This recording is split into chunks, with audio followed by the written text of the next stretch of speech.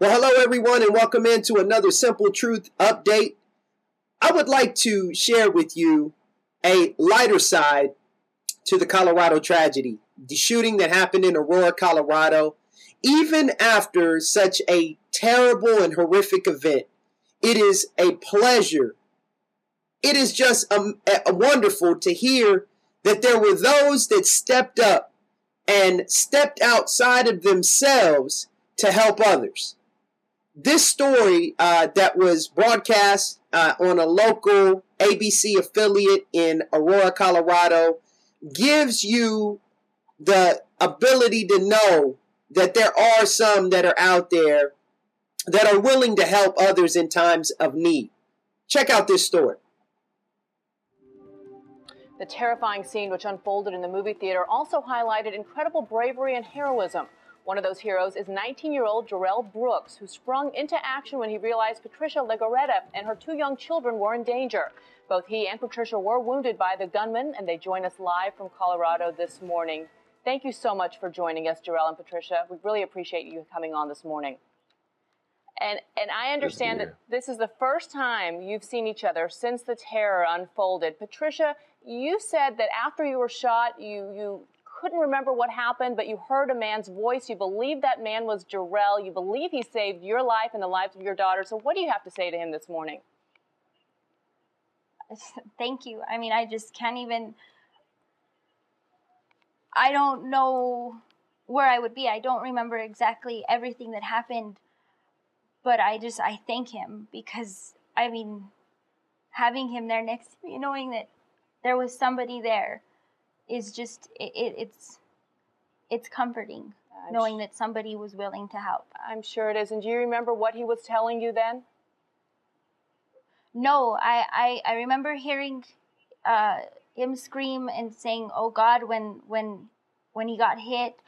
And I remember him like continuing to talk what was being said. I mean, I can't remember all of it.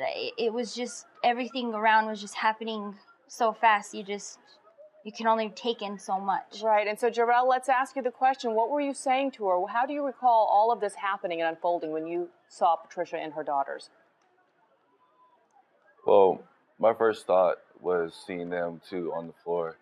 And I noticed that she had her son in her arm and her youngest daughter held to her left arm. And I was just trying to guide her out. I was like, we have to go. And when she looked at me, she said, "I'm just here with my two kids." So my first initial reaction was to just guide them towards the door and start to slowly push them up. And as I was pushing them, that's when I got hit on my thigh. And I think that was the shrapnel that she got in her right leg. Did you know initially that you'd been shot? Initially, no. It felt just like a sharp pain. But when I tried to move my left leg, I went down and I looked at my hand and noticed there was bleeding. And that's when it got pretty real at that moment. And what was the environment like around you? Just sheer chaos, everyone trying to dash out the door through the exits? Yes. Patricia, your daughter, I remember you saying that she actually fell, your 4-year-old daughter, and you shielded her. Tell us about that frightening moment.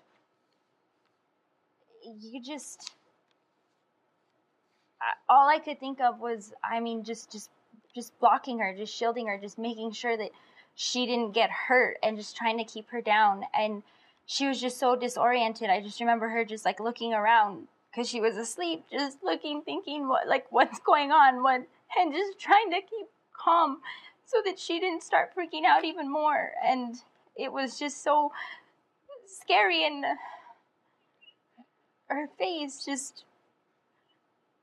I can understand an innocent night where you take your children to the theater and sheer terror unfolds around you. Jarrell, where were you seated relative to the shooter? I was about 6 rows away from the back exit. And when I first saw the shooter, he was closer to the screen in the corner. And the only reason I saw him was because of the flashes from the gunshots. So that was kind of how I knew where he was at and where he was shooting from. Did you think you were going to lose your life that night, Jarrell? I'm sorry, can you repeat the question? Jarrell, did you think you were going to lose your life that night? My life definitely flashed before my eyes at that moment. it was, um, it's hard to say because when I first was hit, that's when it got very real for me. And at that initial moment, I was thinking I could sit here and see what happens, or I can just make a bold move and try to go. And thankfully, I made it out okay. And Patricia and her kids made it out okay. And rightly so. You were being heralded a hero. How does that make you feel when you hear that word? I just feel like I was just doing what was the best intentions in the situation. I don't necessarily consider myself a hero. I just feel like there was someone who was in distress, and I'm not the kind of person who would let them be in that situation, and me selfishly try to get myself out of the equation, knowing that there's someone or 2 kids. All she's trying to do is protect her kids.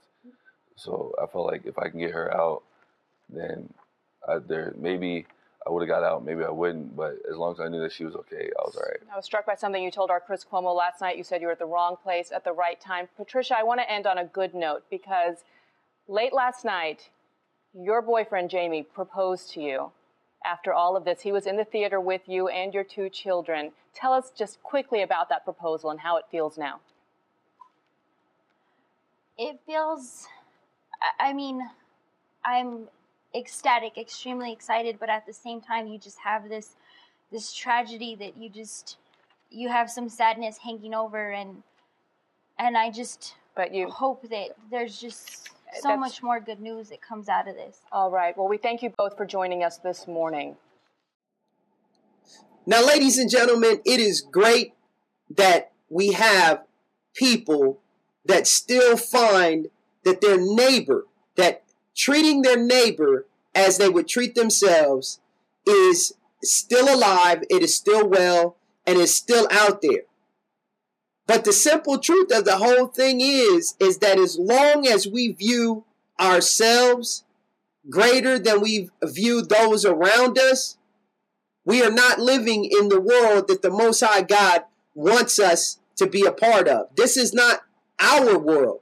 When such evil can be perpetuated upon people, innocent people, we know that this is a world ruled by the High Satan, the great Satan, the devil himself. I want to thank you for joining me for this episode of The Simple Truth.